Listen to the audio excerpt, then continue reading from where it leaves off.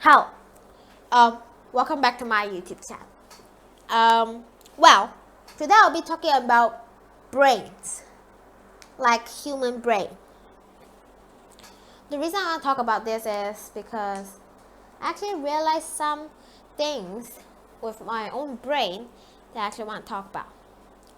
The first thing is, what is a brain? Well, a brain is something that controls the whole body, including my talking, including why I want to talk about brains, which is come up of the idea of my own brain. And it also controls every single feeling you have. But isn't a feeling from touch or hear or see or anything like that, or taste or smell? No. That's not what I exactly meant. Well, what I mean is brain is something that actually controls your whole body, your emotions, and every single thing you do. So people always say go through your brain before you do something. They really mean it, because brains are the only thing that help you think. Even if you don't have a brain but you have a heart, you have a healthy heart, you can't think and you can't feel pain. I can't say you can't feel pain, but you don't exactly feel pain. I'll get to that later. Well, so technically, brain it's something that functions your whole body. Okay, let's put it that way. So the second thing I want to talk about is brain reaction. Okay, this is what I want to talk about just now, about the pain thing, which is kind of like a proof but not a proof. So about 6 years ago, when I was 7 years old, I had climbed over a fence. I know it's a very stupid thing to do, but I climbed over a fence and my leg was stuck there. One leg, not two legs. And it was like a triangle thing like that.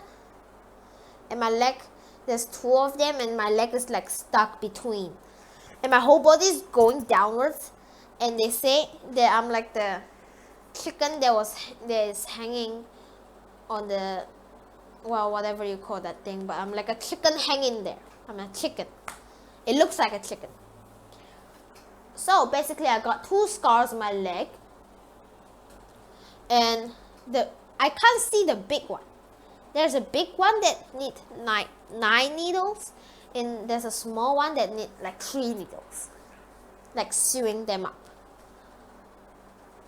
So I could only see the one that had to need 3 needles. I could see the bones. Literally, I was looking at my own bone, but I don't feel painful. Why? Well, technically I panicked. In my heart, I'm already frozen. When I saw my bone, I was doubting that it was my bone, but I know the fact is that is my bone. It's white. It's white. And there was not even a drop of blood. Sounds weird, right? Sounds creepy. Yeah, and then I was like panicking, but my leg was like this way, and my small scar was around here, and my big scar was around here, and it was this way. So this was facing backwards. I couldn't see the big scar, and by right it hurts really bad. After it was sewn up, I saw my scar for the first time. When I was so what happened is I didn't actually feel it, but it was drops of blood coming out from my leg, but I did not feel pain. which is technically, I did not see it with my own eyes, so I can't feel the pain. It's like a proof but not a proof, because I'll get into the more provey part than this prove part. Oh, well, basically is when I was put them down, people covered my eyes and not let me see my scar, because I literally screamed, because it was like this big, like this big, like this. It was literally open so wide. That's what they say. I did not see it myself, but right it is. It's very long. I wish I could show you the scar, but it's kind of in my leg, so I'm lazy to lift it up. I'm not Uncle Roger. They always lift his leg up. Well, technically, I only see my scar afterwards. After it was sealed up and everything was ready to go, I went back home. I saw my big scar for the first time, and I felt the pain. Huh? What do you mean? This is the part that I said I was gonna prove, because I felt the pain even though there was no blood. It was just a feeling that my brain transferred to my whole body, to my leg, to that particular zone of my leg, and then feel the pain. I don't know how to explain it to you, but you just feel the pain after it's actually sealed up, which is kind of weird. That's why this is like the more provable part, I would say. And that's what I think about brain reaction. Let's get on to the third question. Well, the third question is actually, why do we need brain?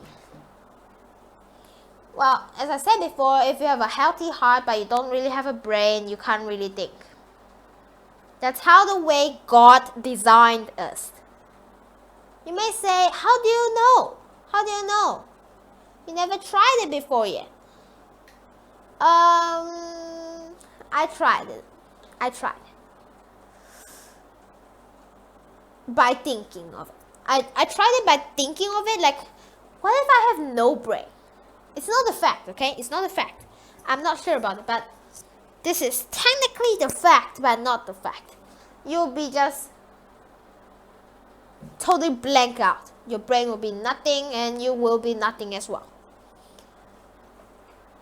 And you need brain to learn, to survive in this world. After your parents may pass away when you are older. Well, technically, I don't know how you're gonna survive anymore. And you never know, if you don't have a brain, you might just walk up to a very high building and just jump down. Yay! Because you don't have a brain, right? You just do like stupid stuff. Oh, I can control my hands. Stuff like that. You might not even know how to say, I know how to control my... You might say, oh, blah, blah, blah, blah. Or stuff like that. And then you just jump down from a building and die. And then everybody will be like, hey, you realize something different from someone jumping down a building? He doesn't have a brain. Like, he smashed his head, but he don't have a brain inside. Oh yeah, no wonder he did that. So he's dumb. I wouldn't say dumb, but they were born that way.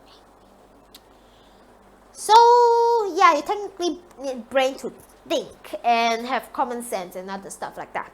That's why you need brain, okay? Just don't think about getting rid of your brain one day. It's just not the right thing to do. And how to motivate your brain, like how to motivate your thinking.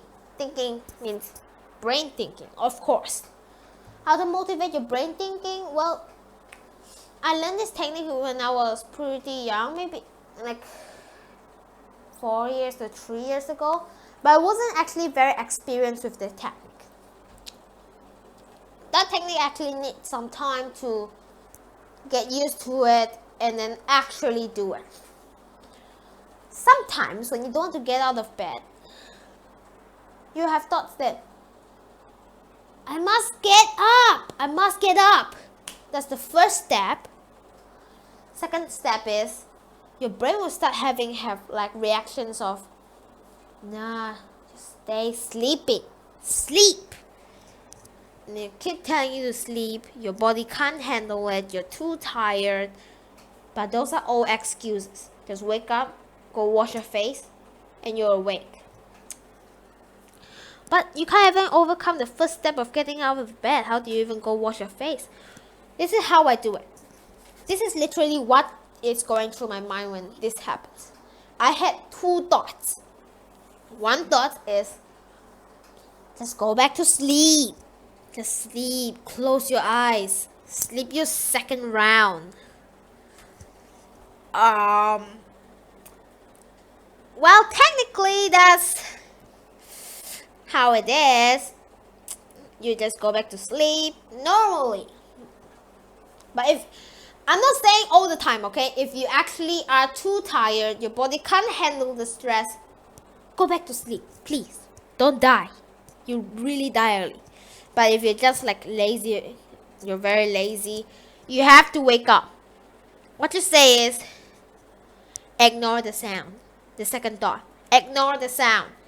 Just move your body. Just move it. Move it. Ignore it. Ignore your brain. There's an evil and a good brain part. Just split it into two. Let the other one talk, but just listen to the good one and say, move it. Just move it. Move, move, move. And you will get up. Just get up, walk, wash your face, go downstairs, start your day. That's how you do things. And maybe sometimes you're just very lazy to start a thing that you actually want to do. Maybe you have to do a homework to start a website or something that your teacher gives you. You'll be, I'm so lazy.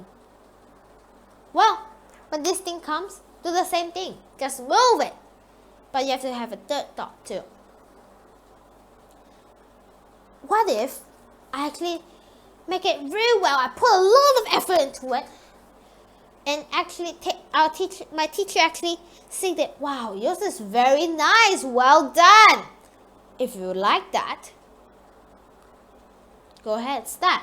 Or maybe you should say that if you love entertainment, like you want to watch YouTube, you want to watch anime, you could just think of, if I finish my homeworks, I can start what I want to watch. And before that happens, I will ban myself from watching. That's one of the ways too. I think like, I want joy. I want praise. And then just the motivating thing will just come out. Put your heart to it. Hit that spot. Move it. Well, the first thing is to move it. And then think about, why am I moving? Okay? Yeah.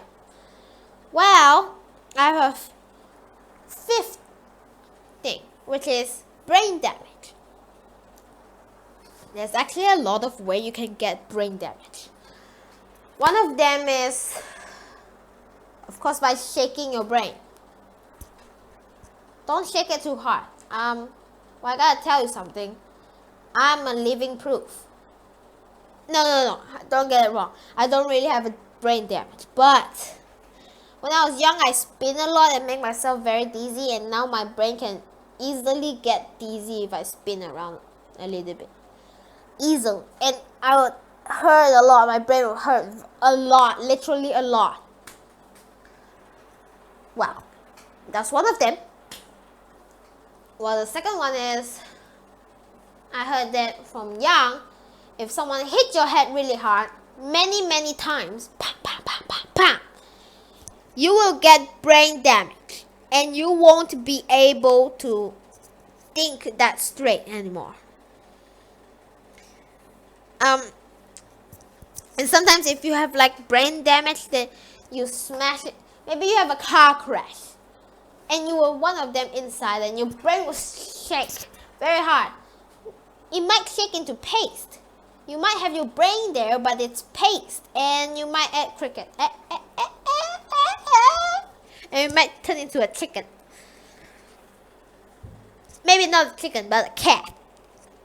Well,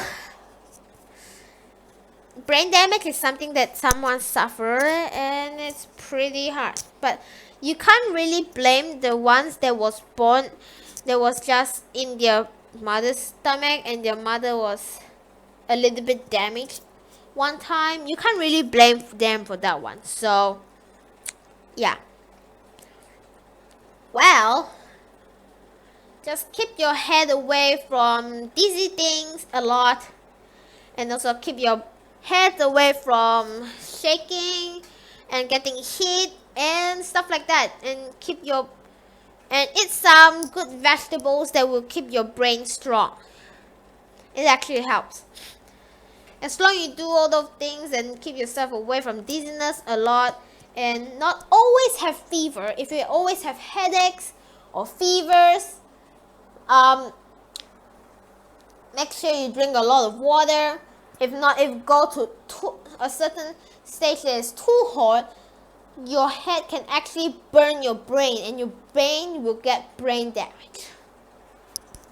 And yeah, that's basically it. So well, comment down below if you have these symptoms, or you've done one of these things before, or you actually have experience of the brain reaction, stuff like that, the one that react to the painfulness and stuff, and other stuff. But the brain reaction don't work on everything, okay? If you got sting by a bee, you will get sting by a bee real bad. So this will be the end of the video. If you like it, please subscribe, give this video a big thumbs up, ring the notification bell below, comment the things that I asked you just now, and maybe a title so you could be responsible for my next video. Thank you very much for watching. See you very soon. Bye bye.